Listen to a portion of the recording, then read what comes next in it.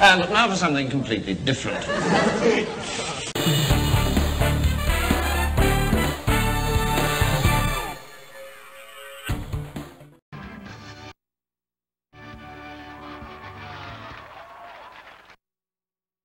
Hey, Kev, I found a vegetarian restaurant that you and I can both enjoy. I know you're a vegetarian. Right, I'm a carnivore. But this is a Chinese restaurant. Look, they got the vegetarian chicken, or you could get the vegetarian beef. I'm gonna try the vegetarian pork. Yeah, I'm gonna try the vegetarian pork. So this is a place you and I can both go. Hang out there. I think we'll hang out there. Now, I don't know if this is Ebonics or bad spelling. Uh-oh. Spelling bee is tomorrow.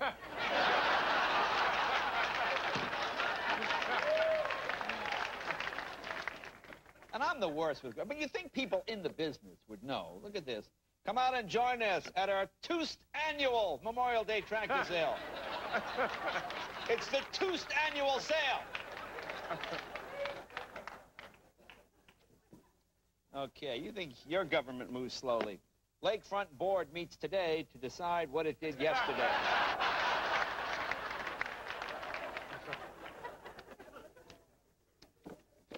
I love this one. Police arrested 28-year-old Ivan Wong Wednesday on charge of retail theft at the Barnes & Noble store.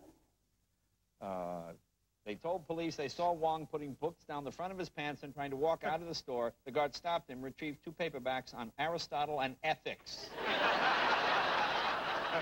The guy is stealing books on ethics. You think he's missed the point, really? And 2 Wongs don't make it right, by the way.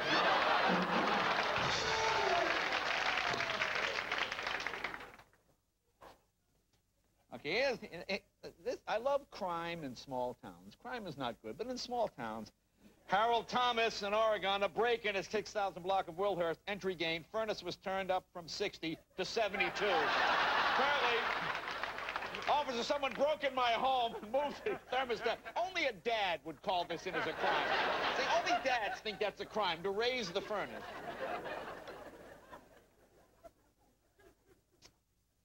Okay. I love this one. A timely reminder. You ever get those? Oh, timely reminder. We have your next carpet cleaning scheduled for May 33rd between 2 and 4 a.m. If this is not convenient, really? Between 2 and 4 in the morning to clean the carpet? Hey, could I move that to May 38th? Would that be easier? If it's not convenient to come between 2 and 4 a.m. I'm not sure I understand what this is. Livestock, horses, barrel, ranch, roping, and genital riding horses. I'm not sure I want to... Here's a case of irony. Irony. Shows canceled. Because of the power outage over the weekend, Meadowbrook Theater canceled 3 performances of Wait Until Dark. Irony. Kev, I always tell people, reading the prescription. Your doctor gives you medicine. It's to be taken a specific way. You always want to read the prescription very, very carefully.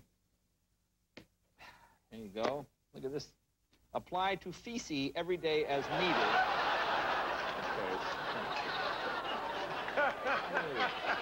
Hello, doctor? Yeah, I'm putting it on now.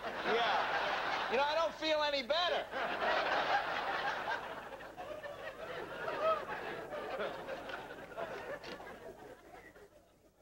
I love this one. This is I read this whole article trying to figure out why the person sent it to me. But let's read along with me. Granite formations vary in color and hardness according to the mix of primary materials, quartz, feldspar, and mica, and the temperature, pressure, and moisture conditions under which each was formed 1 billion or more years ago, Central Standard Time. Okay, that's not it's not 1 billion years ago, East Coast. Because then you're way off.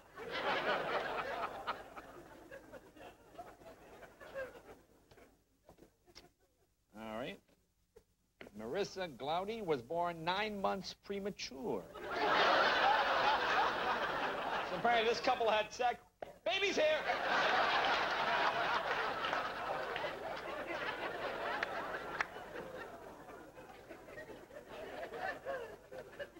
we've done our share of post office jokes, Kev. Oh, yeah. This seems like a nice gentleman. Richard B. Smith Sr. last Friday completed more than 50 years as a rural mail carrier. On the day of his retirement, he was presented with a double-barrel shotgun. Associate, the post office.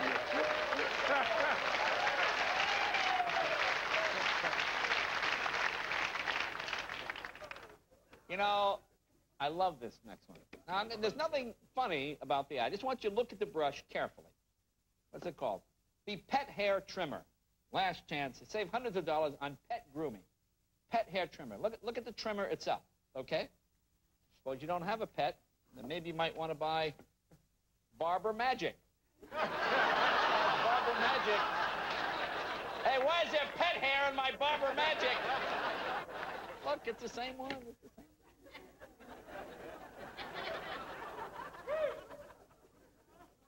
Is the annual Easter egg hunt. Event time, 10 o'clock to 10:03. Don't be late!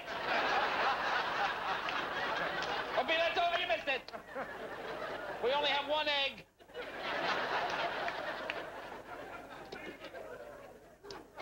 All right, I don't know whether this, I'm sure this Keith Sanderson, I'm sure he's a very nice guy, and I feel sorry for his unfortunate accident here. Nothing funny about the accident, but, well, okay. Machine operator Keith Sanderson accidentally chopped off the tip of his thumb. Then showing his bosses how the accident happened, he accidentally chopped off his entire index finger.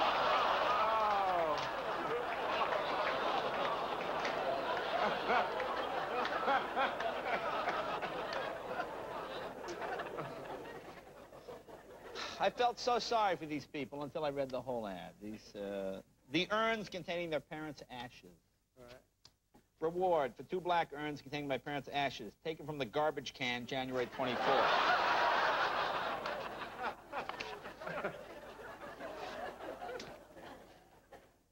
Here's how you know we're really helping our men overseas, Kev. Look at this.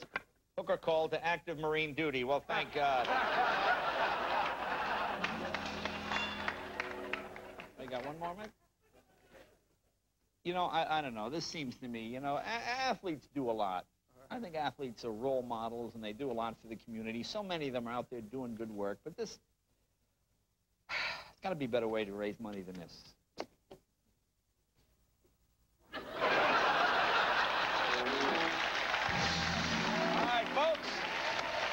You have a headlines in the Tonight Show with Jay Leno, 3000 West Alameda Avenue, Burbank, California, 91523. For more headlines, go to our website at NBC.com/Tonight Show. Be right back with Hugh Jackman right after this.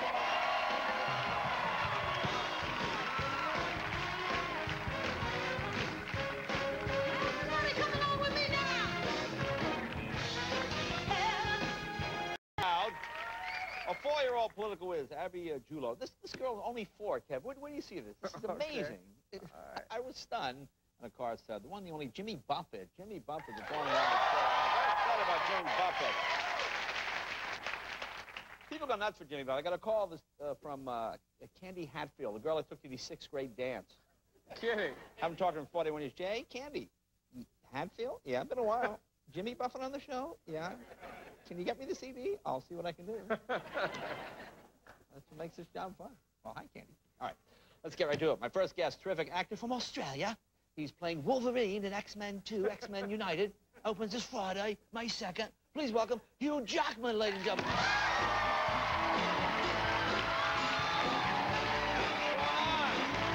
sound like a puppy. That's right. I'm definitely talking in and out.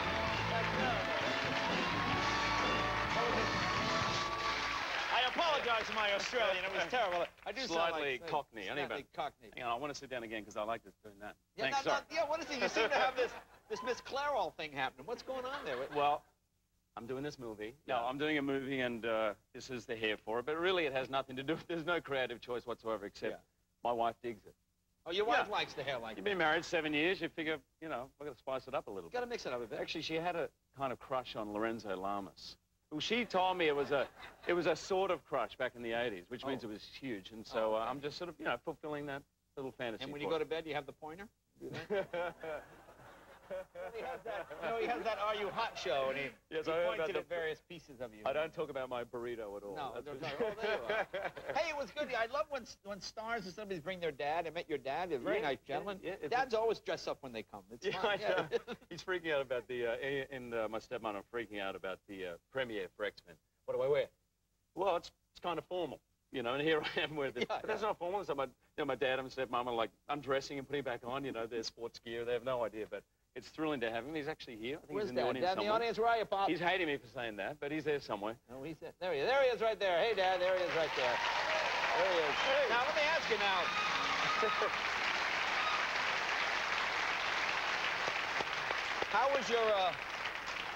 How was your dad when you said you wanted to be an actor? How did that go over? Well, Dad actually was remarkably good. My father worked for Price Waterhouse, which is an accountancy firm for 40 years. So the idea of his son... He's used to excitement, The idea of his son going into that really bankable profession of acting, was kind of... I was a little nervous, but actually this is a true story.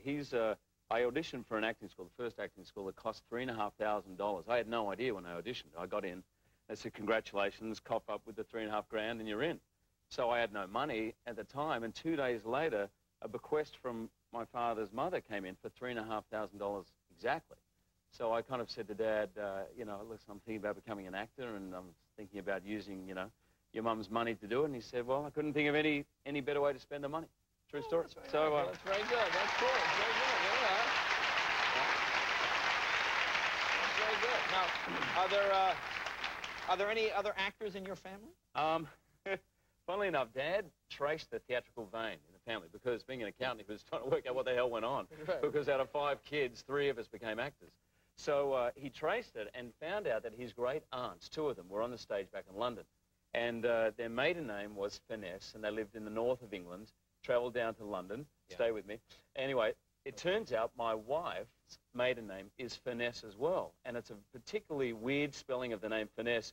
And her descendants, only 2 generations back, were also from the north of England. Which, when he told me, kind of like, oh, this is great, we found, I was like, all of a sudden thinking, my wife is my sister. Yeah, that's right. Maybe cousin, at best. Wow. Yeah, but anyway, we'd consummated the marriage with what the hell is this? What the hell? And that kind of thing goes on in Australia all the time anyway. What the hell? You know the Australians. Now, did you have the English premiere for this already? Yeah, we did. Oh, okay. Now, how did that... Did you meet it was the Queen? Great. No, we snubbed the Queen. Really? It doesn't seem like the Queen kind of movie. Don't want... Imagine Philip and Liz sitting there, I can't imagine it. No, so we didn't invite them, and they didn't want to come either. But I have met the Queen. Have you met the Queen? Yeah, I met her at a concert I did. It's one of those Royal Command performances. Actually, the truth be told, she doesn't really like theatre very much. So the command is more her people saying, you've got to go. So she turns up, and they trot out all these people doing theatre, and I was doing a stage show, Oklahoma, so I sang, and she came backstage, and you're briefed when you meet the Queen on what you can say and what you can't say. You have to call her Mom. You cannot initiate any conversation. You just listen to her question, just answer politely, and then bow at the end. So when she eventually came around to me, I was introduced as an Australian. She went, oh, you're Australian. It's a very good impression. Yeah, it's about as good as your Australian. Oh, you're Australian. It sounds like she's on the Jefferson. Oh, you're Australian. I'll skip the impression. Anyway. Go ahead. So what? So I said, yes, I am. In fact, Mom, I said, today in Australia, we celebrate your birthday, which is true. That very day is a public holiday in Australia where we celebrate the Queen's birthday. So I said, it's your birthday today in Australia. And she looked at me and went, oh, really? And she looked at all her aides behind her and said, is that true? And they all said, yes, I did. And she went, oh. And I said, well, happy birthday on behalf of Australia. And she went, oh, thank you. And that was it. And walked on. But I love that the whole of Australia has a public holiday. She has absolutely no idea. Happy birthday, Mom. She's got a lot of waving to do. Yeah. That's important.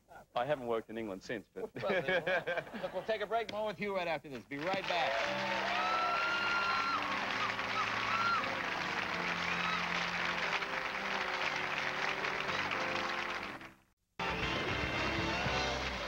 Welcome back. Talking with Hugh Jackman from XMEN 2. Now, tell me about drama school. What was the special yoga class? You know special yoga? Oh, dear. You guys do your research, don't you? Well, yeah. I read this, and I said, you know, I'm not going to go on tabloids. I'll go to the source and ask. Well, you don't study yoga, but not that kind of yoga. There was a guy in my drama class who actually studied Raja Yoga, which I don't really know a lot about, but he seemed to be always full of energy, and he had this, and we were always kind of looking at him. He had this great focus, and we were like, what's his secret? And finally we asked him, and he said, well, don't masturbate. In Raja Yoga, we believe in not masturbating. And that, and that builds up the source of energy that you'll be able to use in your acting. So, of course, being diligent acting students, we had a little competition between all of us, and there were like nine boys, and we were boys at the time, trust me, and I lost, shall we say. You lost? Yeah. I was not master of my domain. Right. I bet Dad was glad he was paying for school then. Huh? Now, I can't believe you brought that up. My father's here. Your father's here. I just want him to know what he's paying for. Now, you had a nude scene in there. I did have a nude scene, yes. I had to, well, I'm heavily lit from behind, I'm told. I haven't fully seen that scene yet. But, so apparently you can't see anything. But I said to the guys, you've got about $50 million to spend on CGI. Just throw a few grand my way, you know? Give me an extra couple of inches, you know, something. Right. But anyway, yes, I have a nude scene, and I had to run through the tunnel. It was a flashback for Wolverine. I run through, and it's quite an angst-ridden moment. Right. This primal scream, and I yell, and on the very first take, they played a bit of a trick on me, because as I came down nude into the camera doing that, I run around the corner, and I can't see what's at the end of the tunnel, and awaiting me are 30 girls from the set, including Jimmy Marsden's mum, who's visiting for the day, all waving $5 bills like this. Woo!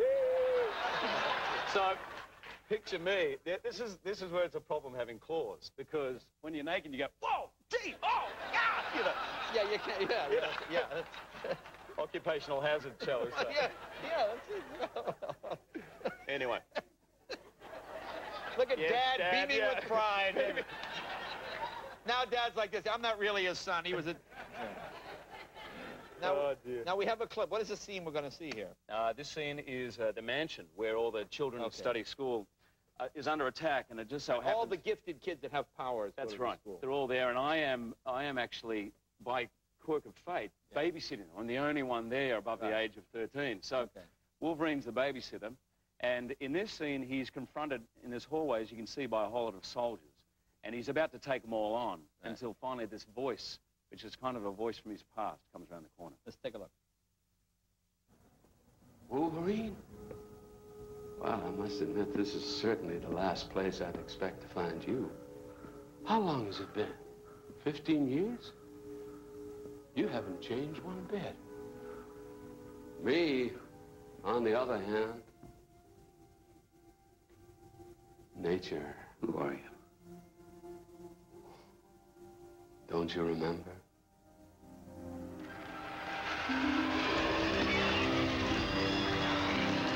No! Logan, come on, let's go.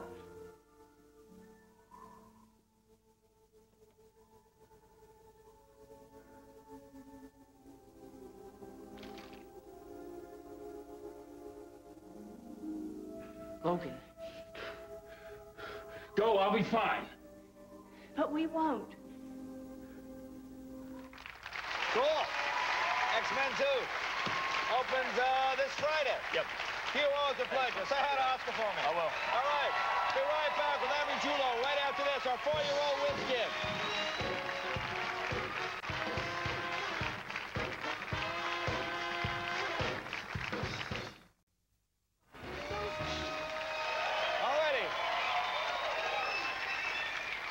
My next guest was born in 1999.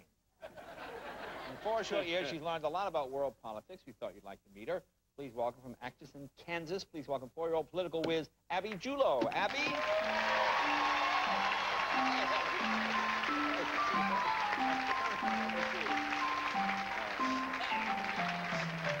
Good to see you, Abby. Thank You were you. telling me before, you saw a giant snake? What happened? It was huge. Yellow. It was huger than, even longer than you. It was longer than me, this big snake, huh? Yeah, it was really yellow. Was it scary? Yeah, no, not to me. Not to you, no, but... You know what? And where did you see it? I saw it at the zoo. You went to, the San Diego Zoo. Okay, that sounds like fun. Are you enjoying California? Yeah, I like it. I liked when I went to the airplane. I got a lot of food. You got a lot of food on the airplane, yeah? Yeah. Now what? And airplane food is delicious, isn't it? And I got cookies. And you got cookies too. Wow. And free snacks. Wow. A lot of stuff. That's pretty good. And I guess you go to school too, right? Are you in school yet? I am in Miss Nancy. That's in the YMCA. Oh, in the YMCA? Yes. Oh, so you're like in preschool. Yes. Yeah. Okay. So how'd you get so smart? My dad taught me. Your dad taught you. Okay. Yes. Your dad's pretty smart too, huh? Okay. Can I ask you some questions and see how you do? Yeah. Okay. Well, I'll ask you a question about President Bush's cabinet. Who's the Secretary of State? Colin Powell. Who's the Secretary of Defense? Donald Rumsfeld. Who's the National Security Advisor? Condoleezza Rice. Very good. All right. I'm going to ask you a hard one. Who's the Director of the Office of National Drug Control Policy? John Walters. That's right. That's John Walters. Who's the Attorney General? John F. Cross. How about the Press Secretary? Ari Fleischer. That's correct. That's very good. Amazing. Unbelievable. Nothing that in it. All right. Who is the Vice President? Dick Cheney. Dick Cheney. You're getting mad. Do you know the Vice President's wife's first name? Lynn Cheney. Lynn Cheney. That's very good. How about the President's airplane? What's the name of it? Air Force One. All right. How about this? Okay. Okay. The President has 2 dogs. What are their names? Buddy and Barney. Oh. All right, down on his ranch in Texas, President Bush has a cow. What's the cow's name? Ophelia. That's right, it is the cow's name. That's the cow's name. Okay, what are the 3 branches of our government? Executive, legislative, and judicial. Boy, that's amazing.